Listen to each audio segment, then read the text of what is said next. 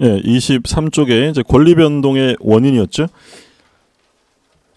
잠깐 보시면 자, 1번에 뭐라고 돼 있냐면 법률 관계 변동의 원인이 되는 것을 자, 아까 뭐라고 했냐면 법률 요건이라고 했죠.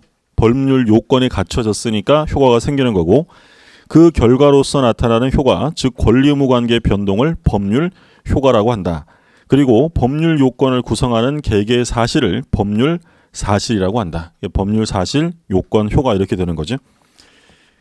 그러면 권리 변동을 만들어내는 가장 기본적인 시작점이 법률 사실인데요. 이 법률 사실은 어떻게 되어 있냐면 크게 나누면 이제 용태가 있고 사건이 있습니다.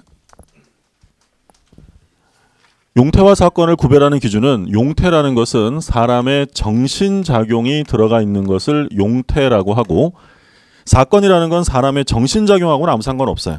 그러면 사건은 어떤 게 있냐면 예를 들어 시간의 경과 또는 뭐 사람의 출생, 사망 또는 뭐 부당이득 이런 것들이 뭐 사건이다라고 볼 수 있습니다. 그러니까 시간이 경과한다. 사람의 정신작용하고 상관 있어요, 없어요? 없죠. 벌써 시간 지나가지고 2015년 새해 들어오고 나이 한 살 또 먹고 막 이래요. 그런데 시간이 경과되었다. 권리가 변동될까요, 안 될까요? 권리가 변동되니까 보는 거예요? 우리가 보는 거 지금 권리 변동을 만드는 법률 사실들이잖아요. 그러니까 아까 뭐라고 했냐면 일반 채권의 소멸시효가 몇 년이라고 그랬죠? 10년. 그럼 10년이라는 시간의 경과는 정신작용하고는 상관없지만 다른 것과 결합해서 권리가 소멸될 수 있고요. 취득시효, 점유취득시효는 부동산의 경우 몇 년이냐면 20년. 20년의 시간의 경과는 정신작용과는 상관없지만 권리를 취득할 수도 있다는 거예요. 사람이 출생한다. 자기 정신작용하고 상관없잖아요. 태어나 보니 사람인 거지 자기가 태어나려고 태어난 거 아니죠? 부당이득 다 마찬가지예요. 여기서 이제 부당이득이란 말 나오는데 이 부당이득이란 말은 앞으로 셀 수 없이 계속 반복될 말입니다. 그러니까 부당이득은 뭘 부당이득이라고 하냐면 법률상 원인 없이 취득한 것을 부당이득이다라고 합니다. 부당이득. 그러니까 부당이득의 종류는 뭐 엄청 많죠. 예를 들어 100만 원 받을 게 있는데 110만 원 받았다. 10만 원은 부당이득인 거예요. 근데 이제 우리가 수험상으로 이제 많이 보게 되는 부당이득은 이런 모습이에요. 갑이 을하고 매매 계약을 합니다. 자, 매매 계약을 해서 갑이 을에게 소유권을 넘겨 주었고 을은 갑에게 돈을 줬겠죠. 매매 대금을 지급합니다. 그러면 갑의 소유권이 을에게로 넘어가고 을이 갑에게 대금을 주게 된 원인은 무엇을 했기 때문입니까? 매매. 이게 법률상 원인이에요. 근데 이제 문제는 이 매매 계약이 잘못되어서 매매 계약이 무효가 되거나 또는 취소가 됩니다. 자, 그럼 이 매매 계약을 원인으로 주고받았는데 매매 계약이 무효 취소가 돼버리면 갑과 을은 서로에게 받게 된 원인이 있어요, 없어요? 없어진 거예요. 이제 그렇다면 무효 취소가 되고 나면 얘들은 법률상 원인 없이 남의 걸 받은 거죠. 이건 다 뭐가 된다고요? 부당이득이 돼요. 그럼 부당이득이니까 가지면 돼요? 돌려줘야 돼요? 서로에게 반환해. 부당이득 반환입니다. 그럼 우리가 앞으로 이제 공부할 때 법률행위가 무효 취소가 되었다. 이 말 나오면 그건 뭐 아무 생각 없는 거예요. 아무 생각 없이 이미 준 건 다 뭐라고요? 부당이득. 아무 생각 없이 사건이기 때문에 무효 취소 이런 말 나오면 아 이미 주고받은 건 부당이득으로 되돌려줘야 되는구나. 이렇게 연결을 하시면 돼요. 이런 지금 뭐라고 하냐면 사건이에요. 그러면 사람의 정신작용이 들어가 있는 것이 용태인데 이 정신작용이 외부로 표출되면 외부적인 용태라고 부르고 외부적으로 표출되지 않고 마음속에만 있으면 내부적인 용태. 자, 내부적인 용태는 어떤 게 있냐면 뭐 선의 악의 이런 것들이 있어요. 뭐 이것도 뭐 의사적 관념적으로 나누는데 뭐 그렇게는 필요 없고 선의 악의. 우리 이제 처음 공부하시는 분들 선이라는 건 뭘 말하냐면 일정한 사실을 모르는 것을 선이라고 해요. 그러니까 우리가 보통 사회에서는 선이하면 좋은 뜻, 나쁜 뜻 이렇게 말하지만 법에서는 선이라고 하면 어떤 사실을 몰랐다고 악의는 어떤 사실을 알았다는 거예요. 그럼 알았다 몰랐다라는 건 외부적이에요, 내부적이에요? 내부적인 거죠. 이런 것들을 내부적 용태다라고 하고 그러면 사람의 정신작용이 외부로 표출되면 그게 외부적 용태인데 그 표출된 것이 법질서에 적합할 수도 있고요. 그러면 적법행위입니다. 법질서에 위반될 수도 있어요. 그게 바로 위법행위예요. 적법행위와 위법행위. 그러면 권리변동을 발생시키는 위법행위는 우리 민법이 어떤 걸 규정하고 있냐면 두 가지를 규정하고 있어요. 390조 이하의 채무불이행, 750조 이하의 불법행위가 있습니다. 그러면 채무불이행이나 불법행위라는 사실이 생기면 이 요건이 갖춰지면 효과로서 뭘 취득할 수 있을까요? 불법행위를 당한 사람은 뭐 하라고? 손해배상. 이런 손해배상의 권리를 취득하는 거예요. 그런데 이 채무불이행이나 불법행위라는 것이 성립하려면 반드시 당사자, 상대방의 잘못이 있어야 될까요? 없어야 될까요? 있어야 돼요. 반드시 채무자의 귀책사유가 있어야 됩니다. 그러니까 여기서 이제 귀책사유라는 건 뭐냐면 책임을 귀속시키는 사유예요. 책임을 귀속시키는 사유. 그래서 고의 또는 과실을 말합니다. 고의 또는 과실. 그러니까 고의라는 건 우리가 일상 용어로 쓰면 고의라는 건 뭐예요? 다른 말로 하면 일부러 그런 거예요. 뻔히 알면서 일부러 그런 게 고의고 과실은요. 그러니까 일부러 그런 건 아니지만 부주의했다는 거예요. 그러니까 주의 의무를 기울여야 되는데 그거를 태만히 했다면 그건 바로 과실. 무슨 말인지 아시겠죠? 예를 들어서 길 가는데 어떤 운전자가 졸다가 저를 다치게 했어요. 그럼 그건 뭐예요? 설마 고의 받아야지 이러고 하는 건 아니잖아요. 그럼 그건 바로 과실인 거예요. 그럼 그 사람은 잘못이 있는 거예요, 없는 거예요? 있는 거죠. 부주의했다는 거예요. 그런 경우에는 손해배상의 문제가 발생이 된다는 거죠. 그게 이제 위법행위로 들어가는 거고 이렇게 되면 손해배상의 채권이 발생이 됩니다. 근데 얘네 둘의 차이점을 여기서 좀 구별을 하셔야 되는데 채무불이행과 불법행위는 어떤 차이점이냐면 당사자 사이에 계약상의 채권 채무 관계가 있으면 채무불이행의 문제가 생기고요. 계약상의 채권 채무 관계가 없는 상태라고 하면 불법행위란 말이 나와요. 그럼 조금 전에 들었던 예에 의하면 제가 가는데 어떤 운전자가 졸음운전하다가 저를 다치게 했다. 그럼 제가 누워가지고 아저씨 채무불이행 손해배상 하세요 하면 될까 안 될까요? 안 되고 왜 안 될까요? 운전자와 저 사이에는 계약상의 채권 채무 관계가 없어요. 그럼 그건 뭐로 간다고요? 불법행위. 어떤 사람한테 한 대 맞았어요. 눈 팅팅 부었어요. 그럼 이 경우에 손해배상이라고 하면 무슨 손해배상이에요? 불법행위예요. 근데 예를 들어서 매매 계약을 했는데 그 사람이 중도금 주는 날짜에 중도금을 안 줘요. 약속을 안 지키니까 손해배상 청구해야죠. 그건 뭐겠어요?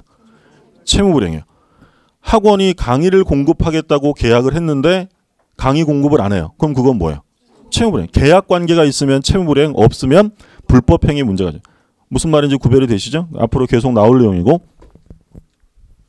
그러면 권리를 변동시키는 법률 사실 중에서 중요한 건 당연히 적법행위인데 이 적법행위로 가장 중요한 건 바로 의사표시입니다. 그래서 이 의사표시를 필수 요소로 해서 만들어지는 법률 요건을 법률행위라고 불러요. 그러면 법률행위는 아까 대표적으로 뭐 봤냐면 계약을 봤어요. 계약. 그럼 아까 매매계약 봤는데 매매계약을 하면 소유권 넘어가고 대금이 지급돼요. 그럼 이런 법률 효과가 발생하는 것은 국가가 강제합니까? 자기들이 원해서 하는 겁니까? 원해서. 자기들이 뭘 하는 거예요? 의사표시라는 거예요. 의사표시를 했기 때문에 효과가 생기는 거죠. 그러니까 법률행위라는 건 반드시 뭐가 들어가 있어야 되냐면 의사표시가 들어가 있어야 됩니다.